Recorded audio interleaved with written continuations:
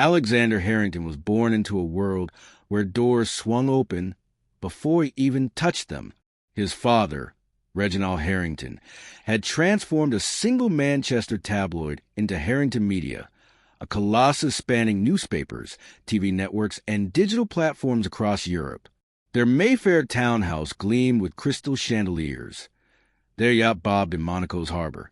At 18, Alexander's life was a parade of bespoke suits from Savile Row, ski trips to Courchevel, and birthday bashes where oligarch sons mingled with pop icons.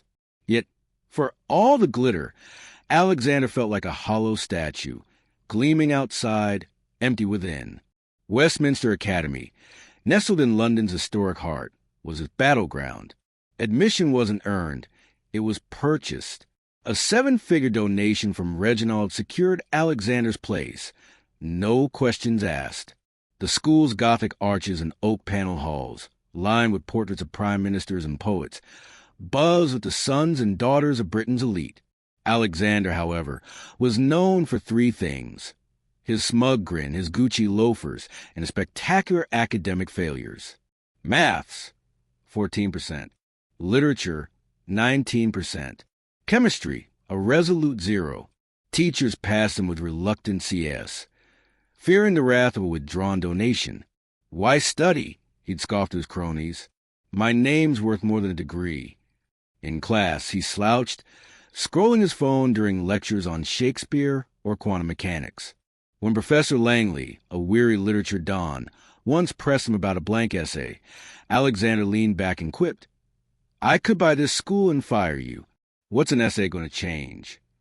The line spread like wildfire on the school's encrypted chat app, earning snickers and eye rolls. No one dared confront him. The Harrington Gala funded half the library. At home, the air was colder. Reginald, a self-made titan with a boxer's build and a barrister's tongue, tolerated no weakness. One evening, over venison in the dining room, he tossed a report card across the table. "Another failure, Alexander.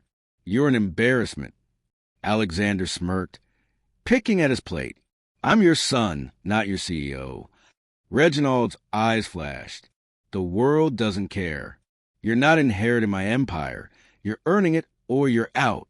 No cars, no accounts, nothing." The threat landed like a guillotine, but Alexander shrugged, retreating to his room to blast music through 1,000-pound speakers. The next morning, he rolled up in his Bentley, parking brazenly in the headmaster's spot.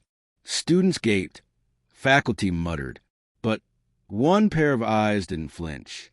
Marcus Thompson, a lanky black man in his late 50s, swept leaves near the side gate.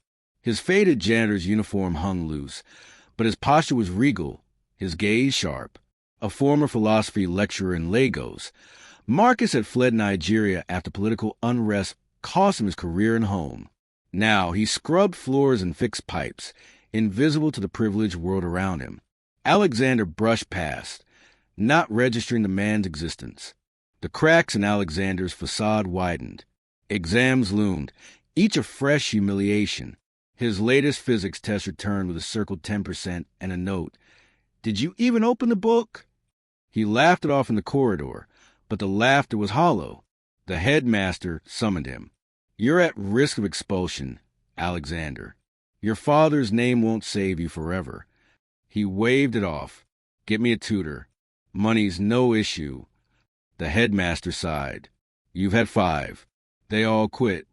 Defeated, Alexander slipped out a back door to avoid stares. There was Marcus, polishing a brass plaque, muttering softly, "The unexamined life is not worth living." Alexander stopped dead. "What was that?"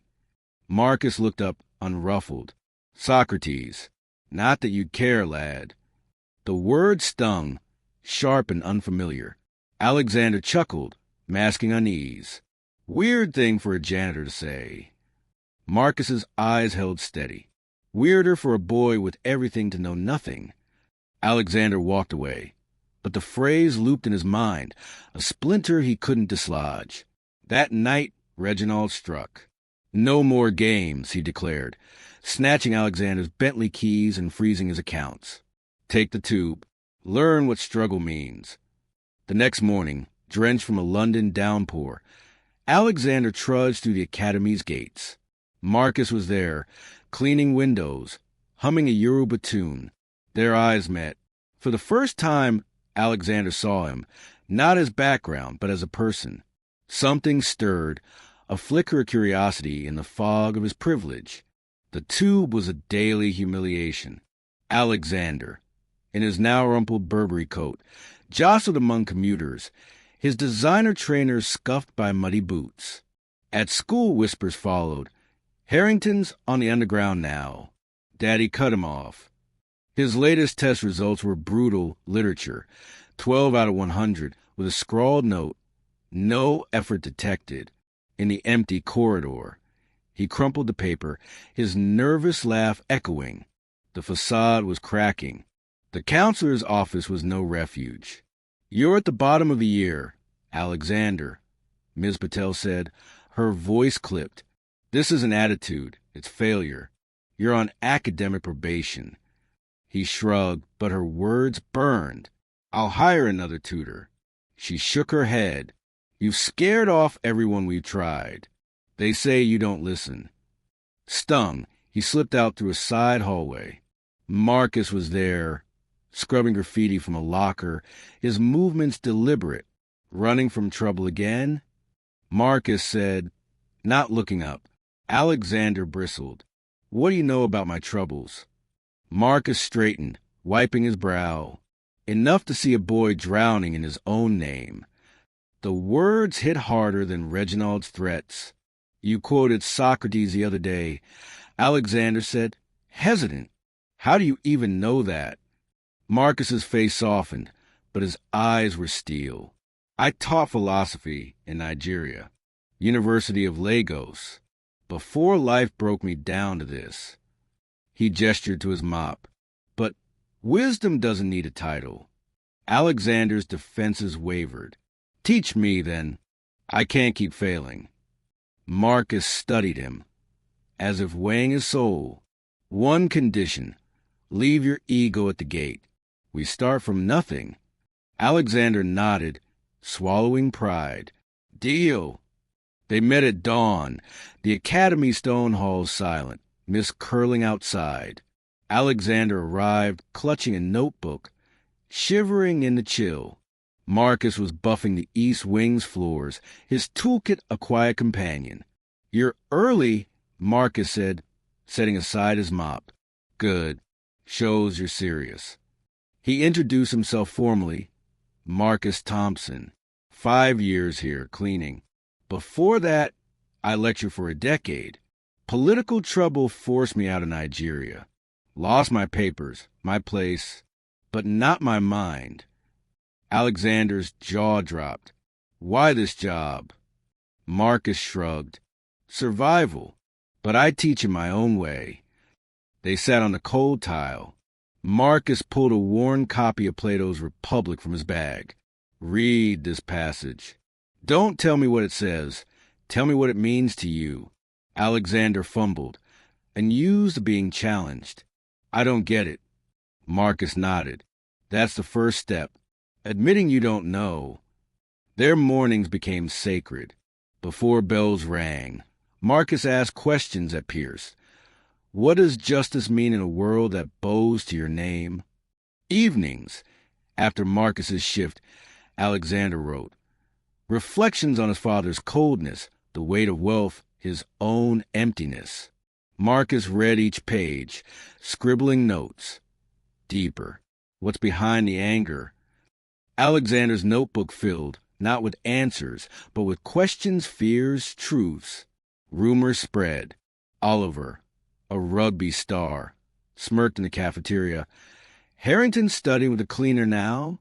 A video circulated. Alexander and Marcus, heads bent over a book, captioned "From Riches to Rags."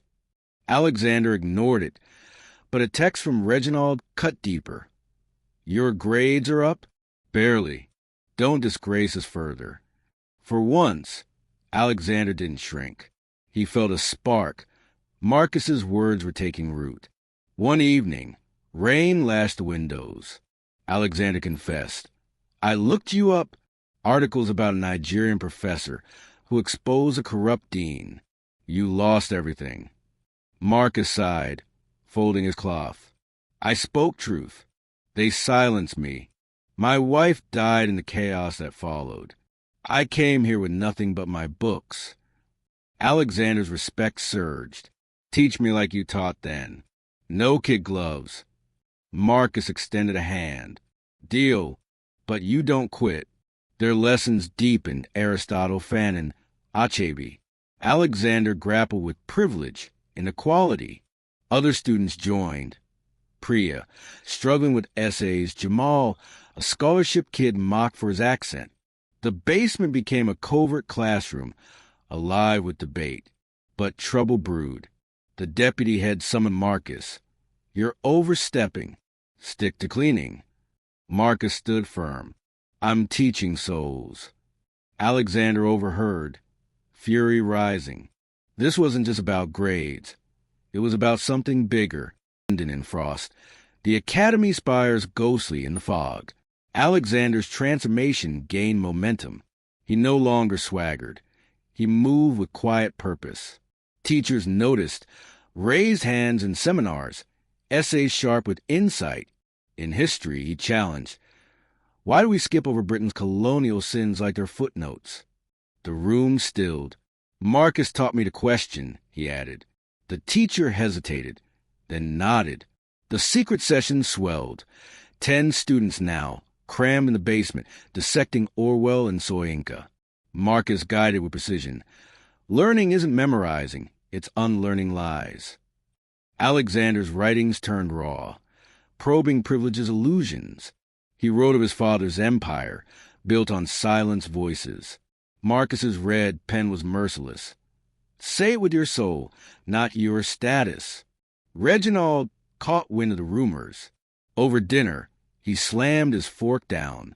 A janitor? You're making us a laughingstock. Alexander's voice rose. He's teaching me to think, not parrot your headlines. Reginald's ultimatum was icy. End this, or lose everything, cars, accounts, your name. Alexander held his gaze. Maybe I need to lose it to find myself. The breaking point came fast. Alexander aced a philosophy essay. The Cost of Ignorance, his first A. Elated, he confronted Reginald in their marble-clad study. Look, real work. Reginald scanned it, unimpressed. Sentimental nonsense. Who fed you this drivel? Marcus. He was professor. Reginald's face darkened. A failure scrubbing floors? You're a Harrington. Act like it. Alexander's fists clenched. He's more father than you've ever been. The next day, Marcus was gone. Budget cuts, the academy claimed. Alexander searched the halls. Empty supply closet, no mop, no farewell. Grief hollowed him. His grades slipped, not from ignorance, but from loss. Then a beacon, the annual oratory contest. Theme, the true measure of success. Alexander saw his chance. All night he wrote, not for glory, for Marcus. The auditorium brimmed with parents in tweed, scouts with clipboards.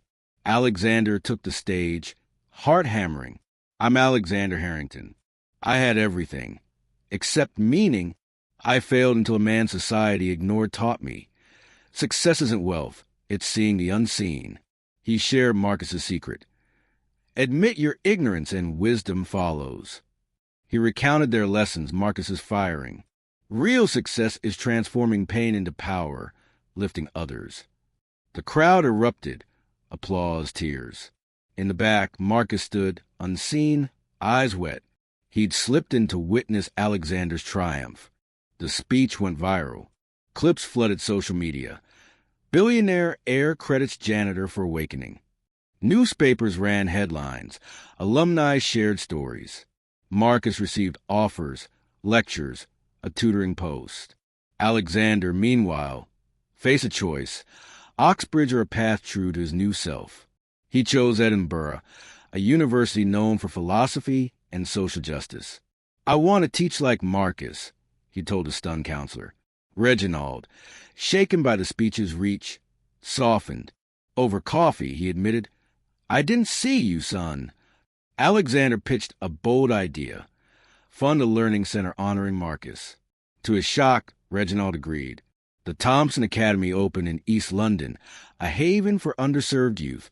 Classes blended literature, philosophy, and real-world problem-solving. Marcus taught openly, chalk in hand, his dignity restored. Students flocked, kids written off by systems, now thriving. One, a 14-year-old named Aisha, handed Marcus an essay. "You made me feel I matter." Tears fell. Alexander ran programs. Forever student, Reginald visited the opening, standing quietly in the back. Afterward, he hugged Alexander. "I'm learning, too," he whispered.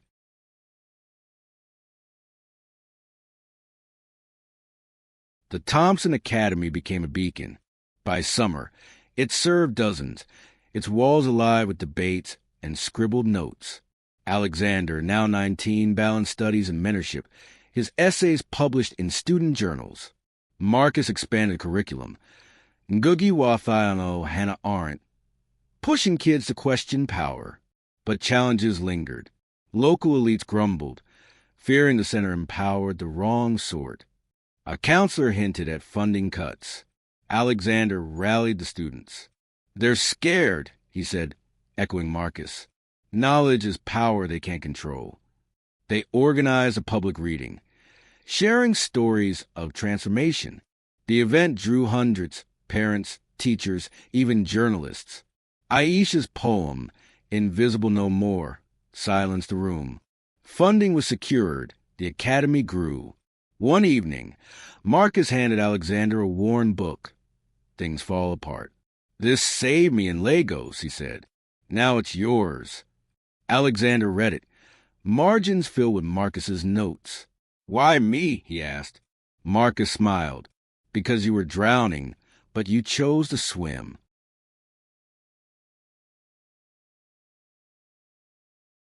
Years later, the Thompson Academy spanned 3 cities. Its model replicated globally. Alexander, now a lecturer, spoke at a London education summit. "I failed everything," he began, "until a janitor taught me the secret. Humility unlocks wisdom." He credited Marcus, now a celebrated educator. The crowd rose, moved by a truth too long ignored. Reginald, older and humbler, funded scholarships in Marcus's name. One night, Alexander visited Marcus's modest flat, holding a proposal, a global network of Thompson Academies. "Together?" Alexander asked. Marcus nodded. "Always." A student, now a lawyer, wrote to Marcus, "You taught me I'm enough." Alexander framed it beside his degree. The secret wasn't grades. It was transformation, and it started with a man, a mop, and a truth that changed everything.